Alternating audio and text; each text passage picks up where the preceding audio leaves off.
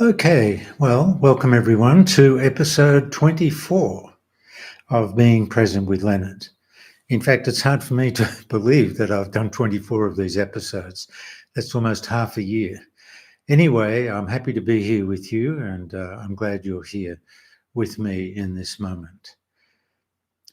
It gets a little difficult for me because the way I usually function is I never prepare anything. And so to just go live on YouTube without preparation is kind of an interesting experience. Usually, also, I like to speak to people that I can see that are in front of me. I can't see you, but I know you're there. So let's all relax together and enjoy today's episode. So I think today I'm going to talk about a very interesting topic. How did we all get so lost? How did humanity get so lost? The truth is that humanity is fallen and lost. What does it mean when I say humanity is fallen? Well, it really refers to a very dramatic fall in consciousness, a fall from being present into the past and future, from truth into illusion, from oneness into separation. And ultimately, we've become not unlike the prodigal sons and daughters of God, just doing our own thing, doing it our own way in a godless world. And believing in God in a godless world doesn't really bring God into your life. It brings a dream about God, a manufactured God, a God of our own creation, which has nothing to do with the truth of God. So let's focus on that question. How did we all get so lost? How did we all fall? And I'm going to begin with, very briefly, with what I think is the most important and significant factor in our fall, the cause of our fall. That is judgment. Judgment, more than any other energy, will take us out of oneness into separation, out of the present moment into the world of the mind, into the dream. Judgment, more than any other energy, will do that. Now, why is that so? And the truth is that God is utterly and completely without judgment. The present moment is utterly and completely without judgment. So if we're caught in judgment, as we all are, judgment plays such a significant role in our lives. We judge ourselves, we judge others, we judge things that occur in our lives, we judge events, we judge people. We're really, really well and truly caught in the energy of judgment, entangled in judgment. So in order to awaken and free ourselves from the dream, we are going to have to do whatever it takes to completely transcend judgment in our lives. I'm not going to go into how to do that. I've spoken about that in previous episodes, and I don't have time for that right now. So it might be interesting to note that the energy of judgment within us actually goes back to the very, very beginning of time, when there was a shift from beautiful, perfect, eternal, infinite oneness, where all we knew was oneness with God, oneness with all that is. That was how we began. We began in paradise, in heaven, in oneness. But then something happened. There was a shift from oneness to duality. And the original shift, the original duality, at least as far as we experienced it, was a shift from oneness to separation. And the moment we found ourselves in separation, we judged it. We didn't like it. And in judging the separation, we locked ourselves into the separation. And the separation, of course, is in the dream, because in truth, you've never been separate. You never will be. You're always one with God, truth, and love. But we disconnect from that by going too far into the dream. So we need to really, really bring judgment, the judgment that arises within us, into conscious awareness and transcend it. It's nowhere near as difficult as you might think. And it's fun and it's playful, transcending judgment. Now, When I speak of how we got so lost, what caused the fall, what caused us to fall, I'm not talking about this lifetime. I'm talking about the history of humanity. I'm going back many, many lifetimes. I'm going over many, many lifetimes that each of us have lived. What happened that caused us to fall? Well, you know, in our history, in our past lives, there have been some pretty difficult times, whether it was torture, war, cruelty, all sorts of abuse that went on in our past lives. We don't have to, at least many of us don't have to experience that anymore in today's world, but some do, many do. I mean, look what's happening in Ukraine. Um, so what am I saying here? I'm saying that somewhere along the line, somewhere along the way, the present moment was very difficult, very challenging, and very painful. Perhaps you were being stretched on the rack. Perhaps loved ones died. It doesn't matter what happened. But we developed an aversion to pain, which is very reasonable. We don't want to feel the physical pain, but we also developed an aversion to emotional pain. If I feel rejected, I don't want to feel that. If I feel angry, I don't want to feel that. If I feel hurt and sad, I don't want to feel that. So it results in my repressing, or us repressing our feelings. Now, the moment you repress feelings, you're cutting yourself off from life, you're cutting yourself off from truth, and you're cutting yourself off from God. So we have to go through a process of liberating all the repressed feelings so that we can respond moment to moment to what is really happening here, rather than react based in some experience or emotional wound in our past, or some limiting belief in our past. So that's another thing. Not only do we have to transcend judgment, we have to liberate the repressed feelings within us if we're going to be restored to oneness and to truth, to love, to God. The next one I'd say of something that's definitely contributed to our being lost, seriously lost in the dream, is our belief in our beliefs. What if I told you not one belief you have about anything is true? They're not true. Most of our beliefs were put into us. They're not even our beliefs. They were somehow injected into us, and we've been living with those beliefs, believing them as true. So to believe in our beliefs will keep us imprisoned within the world of the mind, within the dream. And let me point out what I mean by our beliefs. I'm including in that the limiting beliefs that formed in childhood, or that carry over from previous lifetimes. Beliefs like, I'm not good enough, I can't do it, I'm all alone, I'm abandoned, I'm separate, there's no one here for me, I'm not worthy, etc., etc. These are all beliefs. And if you believe in one belief, you're going to believe in all of your beliefs. You're a believer. And I can say that to believe in God is an absolute obstacle to knowing God. I'm not going to explain that further right now, but it does lead me into a commentary on religion, because religion is all about belief, believing in our beliefs, whether it's belief in Jesus, belief in Muhammad and Islam, whether it's belief in the teachings of the Buddha.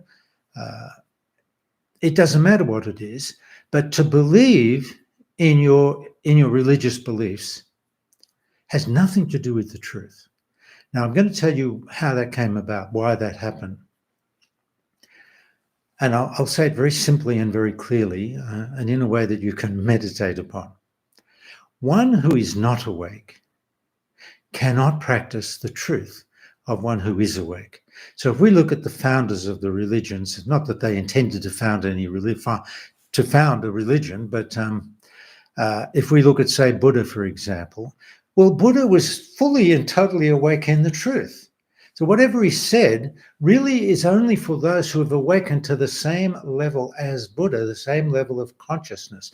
Then his words are incredibly clear and simple. They're free of concepts, free of understanding. You don't need concepts and understanding. You don't need beliefs to know what Buddha was really speaking of. You need just the essence of his teaching that brings you present and opens you into a very inspired state of presence, a very open, very mystical dimension of presence. Now, that's Buddha. But to then practice all the beliefs around Buddhism, all the practices, the rituals, that has nothing to do with what Buddha was really teaching. And I very much doubt if Buddha taught any of those things either. They came later. Now, the same is true of Jesus. For one who is awake, the words of Jesus are incredibly meaningful and powerful, as long as you can separate what he really said from what he didn't say, as reported in the New Testament or any other document. Because as you awaken, it becomes very clear what seems to be his true words, speaking from the deepest level of awakened presence and oneness with God, compared to what has been added and twisted in order by religions in order to not only attract followers, but to keep them and hold them in their beliefs. So again, religion is a major obstacle to the awakening of human consciousness. We've created God in our own image, which has nothing to do with God. We've been created in the image of God. And the only way we can really know that and experience that is to become very deeply present. Okay, so I'm going to only briefly speak about a couple of other points because it's a pretty big topic that I'm covering here, and I only intend to cover it very summarily, if I can put it that way. Another way we lose ourselves is in the pursuit of the substitute needs. If you've spent your whole life looking for love from others, looking for acceptance, trying to prove you're good enough, this is a pursuit of the substitute needs. They're the substitute needs. The need for love, the need for acceptance, the need for inclusion, the need to prove yourself in whatever way you're trying to prove yourself. These are substitute needs which indicate that you've forgotten who you really are. Why would you look for love when you remember who you are, which is you are love? You are the energy of acceptance. God accepts you unconditionally. Why would you look for acceptance and inclusion? You are included. But we exclude ourselves. We take ourselves out of the oneness, the truth, the love, and the presence of God by going too far into the dream. So I think the final point I'd make, which explains how we humans got so lost over lifetime after lifetime, progressively getting more and more lost. Now with technology as it is today, we're going to take ourselves to another level of lostness. It's like the internet is like the world of the mind, but we call it cyberspace. It's vast. It's as vast as your mind. Very easy to get lost there. Now I believe we're starting to move to another level of lostness, which I think is called, I'm not even sure it's called the metaverse. I don't even know what that is, but it sounds like another stage of disconnect to me. The final point I'd make is that we humans don't know how to be with the ego, and so the ego is prevailing, the ego is winning. If there's a competition for you between God and the ego is winning hands down. So we need to start to recognize who and what the ego is, how it functions, why does it resist presence, how do we overcome its resistance so that we can come more fully, more completely into the present moment where we experience the truth of who we are. That's the whole point of our journey on this planet. How do we liberate ourselves from the dream and open up into the deepest level of truth of who we are, and open into oneness with God, to open into love, realizing and recognizing that I am, thou art the love. It has nothing to do with who or what you love. You are the love. I am the love. And will never really be fulfilled truly until we realize that and begin to be an expression of love in the world. And I don't mean woo-woo love. I'm just saying it's a gentle, very gentle presence that shares the energy of love wherever it is without doing anything. So I would say that is a fairly good account of how we got lost lifetime after lifetime, lost in the same dream. And it's time for us to come out of that. In fact, you know what I would call it? I'm not joking when I say it. I would say this. It's time for the resurrection. Not the resurrection of Jesus, but your own resurrection. We all need to be resurrected into life. resurrected, restored into life. Where is life? It's not in the mind. It's not in the past and future. You can't live life in the past or future, even though we all try, or we all do. But the truth is, life can only be lived in this moment. So to come out of the past and future, out of illusion, out of separation into the present moment is quite literally a resurrection. Jesus, interestingly, referred to those who are lost in the mind as dead. And so, of course, resurrection was an appropriate term, not only for those that he awakened, if there were any that he awakened, but more appropriately towards his own resurrection on the cross. I'm not going to go further into that now. Okay, so I have a number of questions to answer, so I'll do that right now, and I'm going to be as brief as possible. This question is from Wendy, from Edam in the Netherlands. Dear Leonard, I love your teachings and your book in Dutch. My book, Journey into Now, was translated into Dutch and published in Holland, so I'm very happy about that. I also bought your book, Liberating Jesus, which was not translated into Dutch, or it has not been yet. The app directly translates for me. Great. Not sure which app she's referring to, but it seems to me we should all have that app. Now, she asked, this is her question, can you talk about creation out of presence? I think she means arising out of presence. And there are also higher thoughts, and do you call that inspiration from the state of being? Love, Wendy. Okay, well, I think that's a good question, Wendy. And as far as I'm concerned, true creativity arises from the source at the center of your being, of course, which is God, truth, oneness, love. That's what's there. And creativity can arise when you're present. It's not like you're always going to be silent. All sorts of revelations and insights and ahas start arising and clicking within you. You suddenly get it. You see things that you couldn't see before. You connect dots. You suddenly understand what happened to you, how you got lost. And not only that, it starts to open up in the form of revelation, insight arising, how we all got lost, how humanity got lost, what happened to us. So all sorts of revelations can arise, bliss can arise, joy can arise, or alternatively, being present can be quite ordinary. But let me speak about the mind's role in our creative flow, in our creative process. I must make it very, very clear. I'm in no way opposed to the mind or against the mind. The mind is an incredibly useful instrument.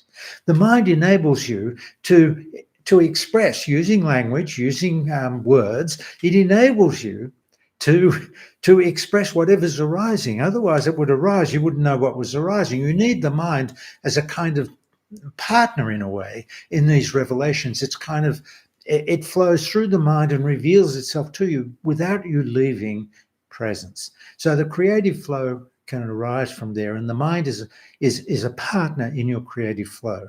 It's just that you're not lost in thought. You're not lost in unconscious, unintended thought. These things are arising spontaneously. The mind and even thoughts, creative thoughts, empowering thoughts, thoughts of realization, that's all okay because it's all arising in the moment. The mind is involved in whatever's arising in the moment. So also, I've been on walks where I might have been lost in thought, but something really creative starts to flow through. And even though I wasn't lost in thought, I was in a contemplative thought where I was allowing thought to occur and I'm contemplating what's arising in the form of thought. But usually it becomes clear as a deeper level opens up within me and then explains whatever it is that I'm contemplating. It doesn't really explain it. It reveals it. There's a difference. So, there's nothing wrong with the mind. And there's really nothing wrong with thought, as long as the thoughts are intentional and conscious, and you're not lost in thought, you're not lost in the dream. Now, of course, just to be very technical, and if I might be a little strict for a moment, of course, the dream is quite literally everything outside of this moment. Anything from the past, 2 seconds ago, 20 seconds ago, yesterday, a month ago, or if I imagine into the future, tomorrow, a month from now, a year from now. The question is, am I going too far into the past or future, and am I getting caught in that dream that's embedded into the past and future? Because then that dream will catch me. Now I'm no longer present. Hopefully that makes some sense to you. So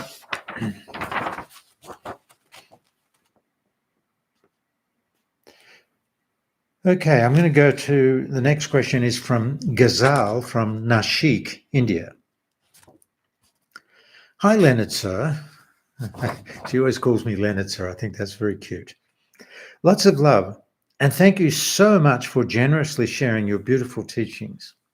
I am feeling very lonely lately. I feel like by being present, I'm not able to connect with people much, as I am not interested in their stories.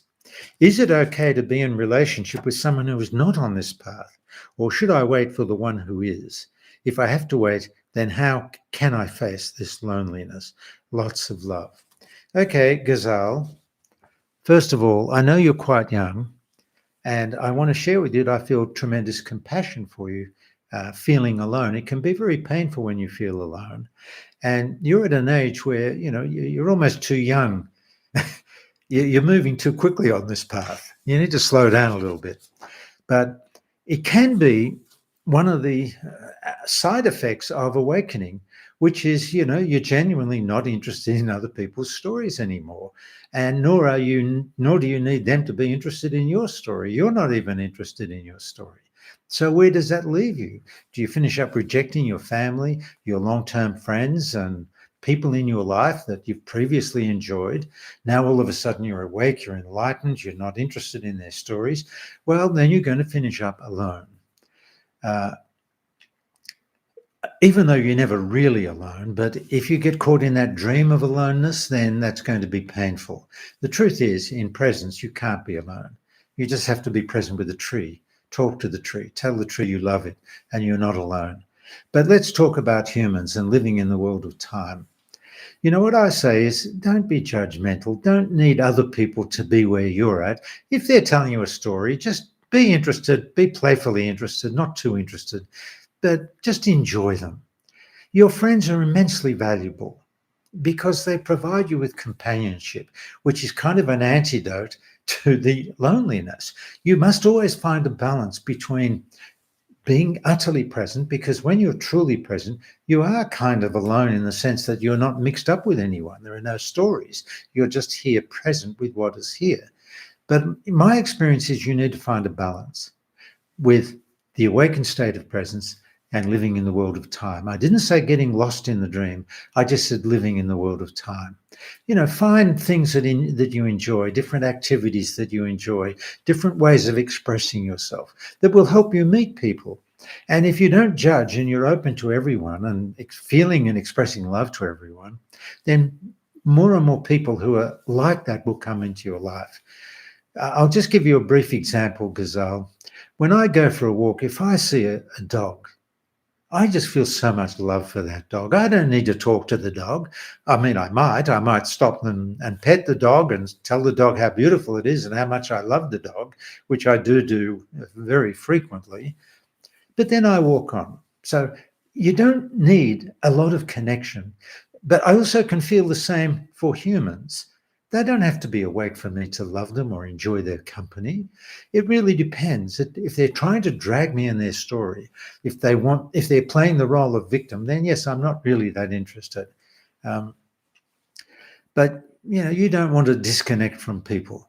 Don't judge people, accept them as they are, be friendly, loving, and kind, and be present. You can be present with people who are not present. Enjoy them, have fun. You're here to have fun and enjoy your life. What is the point of awakening if you're not happy? What is the point of awakening if you're lonely? You have to have that balance. Now, of course, at the deeper levels of presence, none of that arises. You don't feel alone. You don't need anything when you're utterly present. In fact, if you're at that level of deep presence, people coming to you with stories are going to, you're not going to want that. You just leave me alone, please. I'm being with the trees, or I'm being with the sky, or I'm being with God, or I'm in presence, or I'm feeling the love. My mind is silent. See, nothing more is needed at that point. But you're going to have to also take responsibility for your life in the world of time. You're not going to eliminate your humanness. So you have to, in a sense, be responsible for your life in the world of time, for the degree of companionship that you have in your life. At your age, you can build a lot of very good, long-lasting friends. And I, for one, really value friends in my life. Okay, so now, as far as being in a relationship with someone, until somebody shows up, be in relationship with the trees and the flowers. Be in relationship with God. And don't put too much energy into finding someone, because you're looking for someone based in fear and the need to avoid the pain of feeling alone. That's just an escape mechanism. So the more you stay present and open and loving in the way I just described, love everybody. Be an expression of love. Tell people you don't even know that you love them. They might think you're a little wacky, but who cares? So don't get too involved in looking for someone. Be more focused on being open, present, loving, and available. Okay, so I do have a couple more questions, but I'm only going to very briefly answer one of them. This is from Zainab from Baghdad in Iraq. Hi, Leonard. Why does a person suffer from Alzheimer's disease and lives only in his painful past? What is the message for him or for his relatives? My sincere thanks and gratitude, Zainab. Well, Zainab, I'm not sure I'm pronouncing your name correctly, but the truth is I don't know very much about Alzheimer's. I've never really spent time with anyone with Alzheimer's. I've never had an opportunity to talk to them. I thought people with Alzheimer's were not focused in the past, that their memory had gone, and so there's no painful past. And my thought on the matter, without actually having met or spoken to someone with Alzheimer's, my thought on the matter would be to help them relax and enjoy just being present, saying, it's okay, you can just be here with the trees, be here with the flowers. You don't need to remember anything. You don't need to plan anything. You've gone past that. Just enjoy presence. Now, I don't know if that's possible with someone with Alzheimer's. I wouldn't mind experimenting and exploring that possibility. But I can't really say more than that, Zainab, because it's not my own personal experience. And I don't talk about things that are not my own personal experience. Okay, so that's it for now. Let's all relax for a moment and bring ourselves present. I can honestly tell you that I am here. I am present. And my presence is an invitation for you to be present, deeply present. And your presence can be an invitation for others to be present. You don't need words. You just need presence. And words can sometimes get in the way because you might find yourself speaking from your mind, explaining presence to their minds. That's not going to work.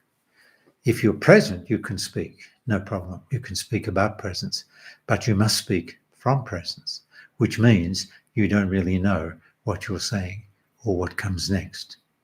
You're just here. The words arise, the words pass. And I'm still here in the silence, no words. And you're still here, present with me, present with your body breathing, present with whatever you see in this moment.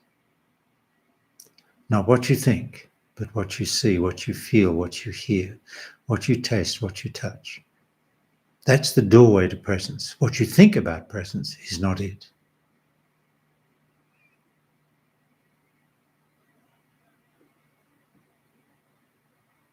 So, in presence, the mind is silent. In presence, we open up into truth, love, oneness.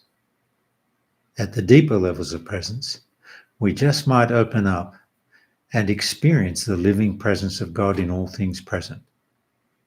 And there is absolutely no need for belief.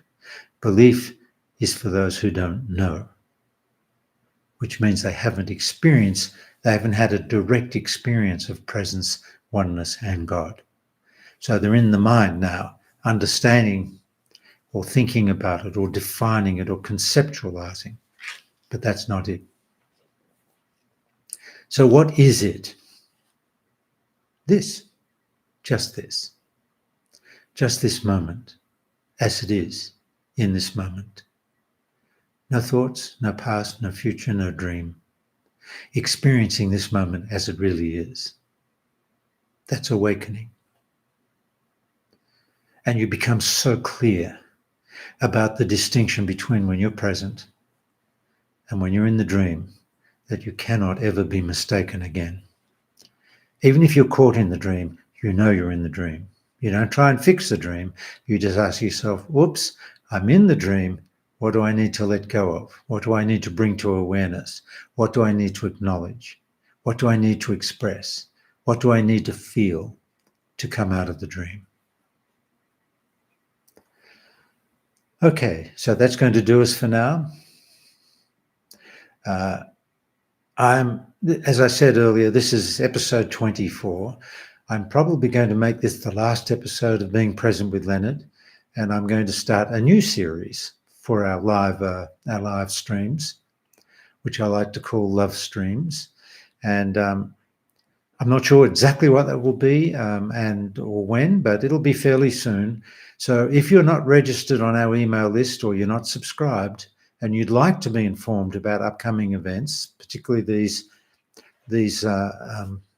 YouTube live streams, then you need to subscribe or get onto our mailing list, because we will notify you and keep you informed.